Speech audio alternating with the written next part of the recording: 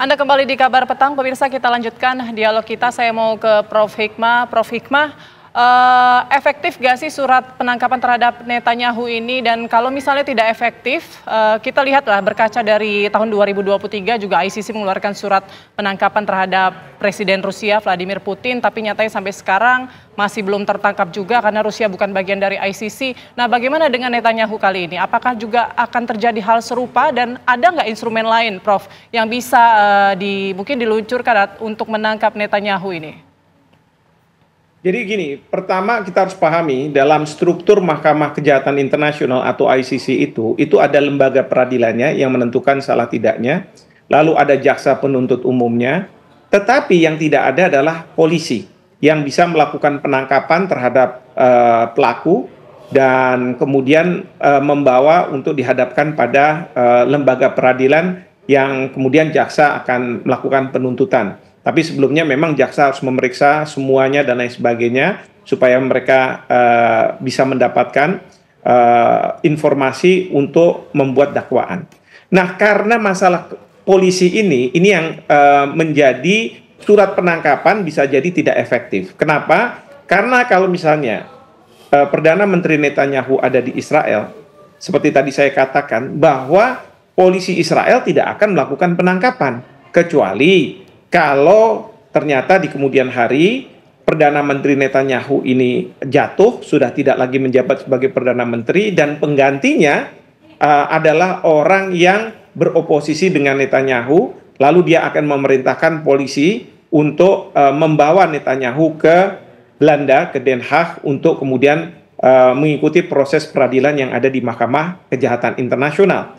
Jadi ini yang jadi permasalahan. Tetapi kemudian kalau misalnya Perdana Menteri Netanyahu ini berpergian ke luar negeri dan negara tersebut adalah negara anggota dari ICC, maka surat penangkapan ini berarti merupakan surat penangkapan bagi kepolisian dari negara tersebut untuk membawa Netanyahu ke Den Haag. Tetapi kan tadi sudah dikatakan bahwa negara seperti Prancis, Hongaria, Amerika Serikat yang bukan anggota ICC pun mengatakan bahwa mereka tidak akan melakukan penangkapan terhadap Netanyahu dan kemudian membawa ke Den Haag dengan alasan bahwa apa yang dilakukan oleh Netanyahu ini bukan genosida tapi hak untuk membela diri dari Israel oleh Netanyahu. Nah, saya ingin juga sampaikan begini, pada saat bersamaan ini ICC juga mengeluarkan surat penangkapan kan sebenarnya terhadap Muhammad Deif. Nah, Muhammad Deif ini karena dia orang Palestina, mungkin dia akan mudah untuk dibawa ke Den Haag, ya. Kenapa? Karena Muhammad Deif ini tidak mempunyai misalnya aparat kepolisian dan lain sebagainya yang memungkinkan dia tidak dibawa ke Den Haag karena aparat kepolisiannya tidak seperti di Israel kan dia tidak mau bergerak begitu ya. Nah, itu satu, Muhammad Deif. Yang kedua, ICC juga sudah mengeluarkan surat penangkapan terhadap pemimpin militer Myanmar ya, ini Jenderal Min Aung Hlaing.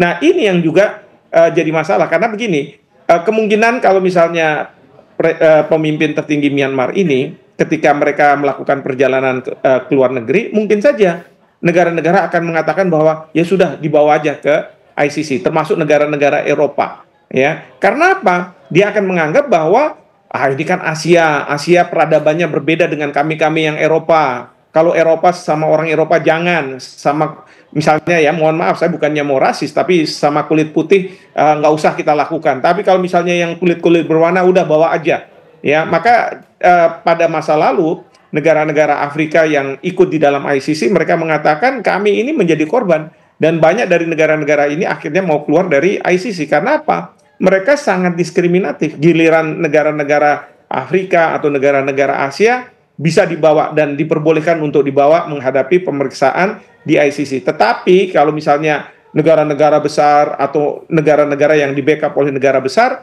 maka mereka akan terbebas, punya impunity. Nah, ini yang tidak fair. Nah, oleh karena itu, alternatif lain apa yang kalau misalnya ICC ini tidak efektif? Ada 3 alternatif. Pertama adalah kalau saja di Israel, lembaga peradilannya dan kejaksaannya mau melakukan proses hukum terhadap Netanyahu.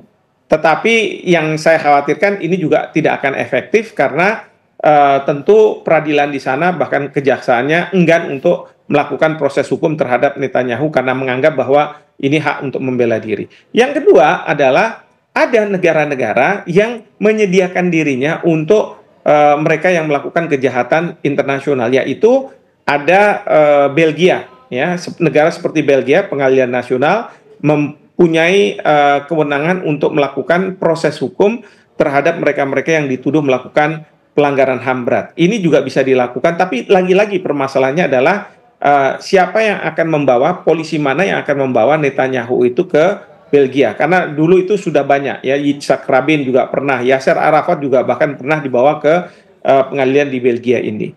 Nah, terakhir adalah sebenarnya bisa dibuat lembaga peradilan khusus berdasarkan resolusi dari Dewan Keamanan PBB. Kita tahu ada yang namanya ICTR, ya, International Criminal Tribunal for Rwanda. Kemudian ICTY, International Criminal Tribunal for former Yugoslavia. Itu juga ada. Bahkan dulu itu pernah untuk mengadili para jenderal kita yang berperan di Timor Timur itu hampir dibuat ICTIT, International Criminal Tribunal for East Timor. Nah, ini bisa dilakukan, tapi dengan catatan bahwa harus ada keluar resolusi Dewan Keamanan PBB. Yang saya khawatirkan adalah Amerika Serikat di sana, di Dewan Keamanan PBB itu punya hak veto. Bukannya tidak mungkin Amerika Serikat akan melakukan veto terhadap pembentukan dari International Criminal Tribunal for Israel, misalnya gitu ya. Nah, ini yang kita khawatirkan. Tapi lepas dari itu, ini semua sebenarnya karena lobby Yahudi yang sangat kuat.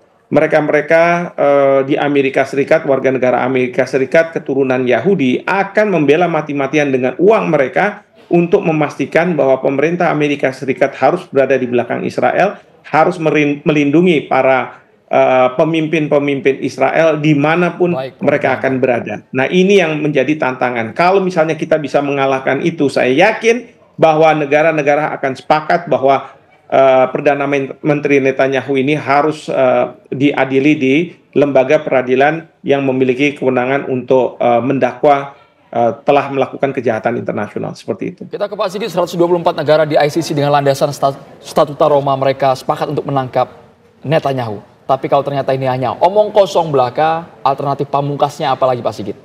Baik, jadi ada dua hal. Yang pertama bahwa ketika sebuah kejahatan itu diadili, dan yang kedua adalah ketika kejahatan itu dihukum.